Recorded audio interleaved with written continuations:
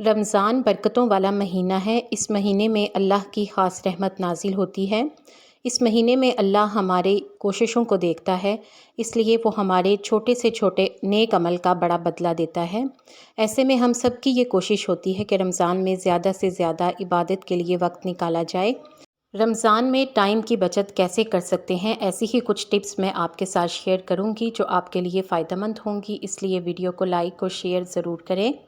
समोसों के लिए अक्सर लोग समोसे इकट्ठे बनाकर फ्रीज़ कर लेते हैं ताकि टाइम की बचत हो सके, लेकिन अक्सर ऐसा होता है कि फ्रीज़र में कूलिंग कम होने की वजह से या लोड शेडिंग की वजह से समोसे आपस में चिपक जाते हैं।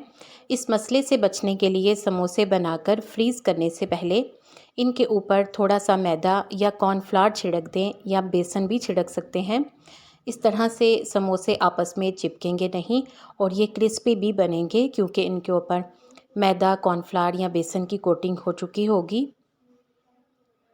फ्रूट चाट के लिए फ्रूट चाट का जायका मुनफरिद बनाने के लिए, या फिर अक्सर ऐसा होता है कि घर में फ्रूट चाट पर डालने के लिए माल्टा या खटियाँ नहीं होती, तो फ्रूट चाट का जायका मुनफरिद बनाने के लिए आप इसके ऊपर किसी भी फ्रूट का जूस डाल दें, तो इससे इसका जायका बढ़ जाएगा। इस मकसद के लिए आप डिब्बे का जूस भी इस्तेमाल कर सकते हैं और फ्रेश बनाकर भी डाल सकते हैं। इसके अलावा नींबू का इस्तेमाल भी किया जा सकता है। मज़ेदार फ्रूट चाट बनाने के लिए हमेशा खट्टे और मीठे दोनों फलों का इस्तेमाल करें, जबकि अगर आप क्रीम चाट बना रहे हैं तो ऐसी सूरत में सिर्फ मीठे फलों का इंतखाब करें। वक्त की बचत रमज़ान में टाइम की बचत करने और कामों को आसान बनाने के लिए आप पहले से ही बहुत से लीमू ले लें और उनका रस निकाल लें और उन्हें आइस क्यूब ट्रे में जमा लें और फिर इन्हें निकाल कर ज़िप लॉक बैग में महफूज कर लें। इस तरह से जगह की भी बचत होगी और वक्त की भी। रमज़ान में खाना जल्दी पकाने और टाइम की बचत करने के लिए बहुत सारे प्याज को पहले से ही फ्राई करके रख लें। इसके लिए इन्हें आप ब्राउन कर लें और ब्राउन करने के बाद इन्हें ठंडा करके ज़िप लॉक बैग में डालकर फ्रीज़र में रख लें। टमाटर को ग्राइंड करके आइस क्यूब ट्रे में फ्रीज़ कर लें या फिर इसकी प्यूरी बनाकर रख लें, या फिर आप टमाटर को फ्रीज़र के दरवाजे में रखकर महफूज कर सकते हैं। लहसुन और अदरक छीलकर इन्हें मिक्सी जार में डालें और 1 चम्मच नमक या फिर सिरका या कुकिंग ऑयल डालकर इनका पेस्ट बनाकर शीशे के जार में डालकर फ्रिज में महफूज कर लें। इसके अलावा धनिया, पुदीना, हरी मिर्चें, लहसुन को मिक्सी जार में डालें और इनकी चटनी बना लें और इन्हें भी आइस क्यूब ट्रे में जमा लें। इस तरह से रायता बनाना आसान हो जाएगा और हर रोज़ आपको चटनी बनाने के लिए टाइम नहीं निकालना पड़ेगा। खजूरों के लिए खजूरों को दरमियान से काट कर इनकी गुठलियाँ निकाल लें और इनमें एक एक बादाम या फिर क्रीम भी भरी जा सकती है। इसके अलावा बच्चों की पसंद की चॉकलेट या इनकी पसंद के नट्स भी डाले जा सकते हैं। इस तरह से बच्चे शौक़ से खजूरें खाएंगे और अगर इनकी रोज़ा कुशाई हो तो आप ख़ास तौर पर इसका ज़रूर एहतमाम करें। पराठों के लिए अक्सर लोग पराठे बनाते हैं तो उनसे पराठा या तो बहुत सख्त बनता है या फिर पापड़ जैसा बनता है। बेस्ट पराठा बनाने के लिए आटा गूंदते हुए इसमें थोड़ा सा नमक और घी डाल दिया जाए और फिर आटा गूंदा जाए तो इससे पराठा बेहतरीन बनता है।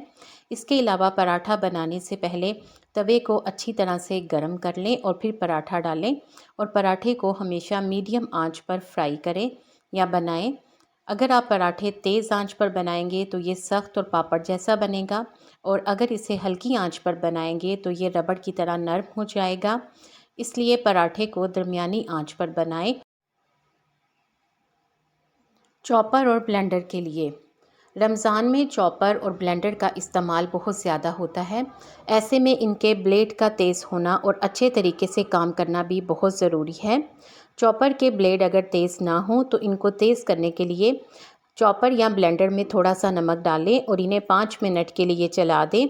इससे इनके ब्लेड तेज़ हो जाते हैं और ये अच्छे तरीके से काम करते हैं। इस तरह से आपको बाज़ार में ब्लेंडर को भेजकर उसे तेज़ करवाने की ज़रूरत नहीं पड़ेगी।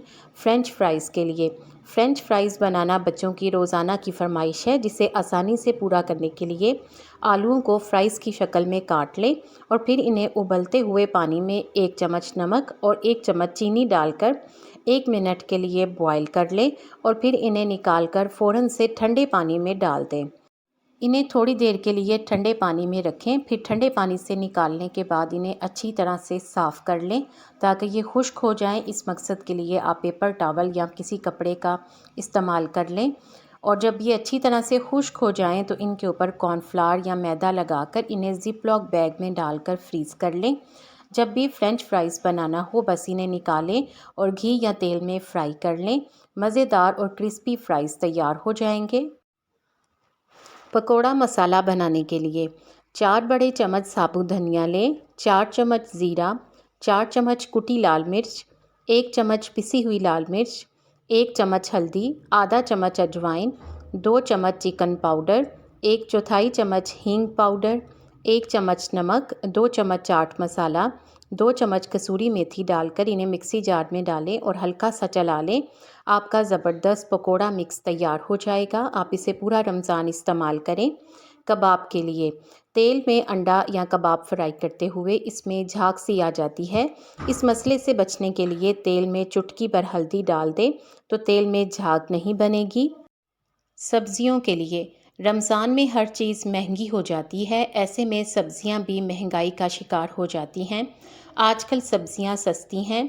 सब्जियों को रमज़ान आने से पहले ही अगर लेकर फ्रीज़ कर लिया जाए तो काफ़ी आसानी हो जाती है।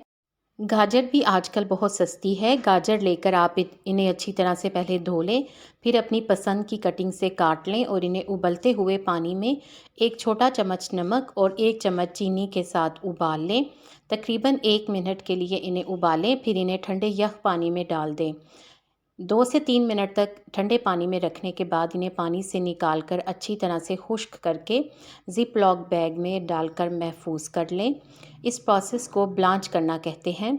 मटर भी ज़्यादा सारे ले लें और इन्हें छीलकर इनके दाने निकाल लें।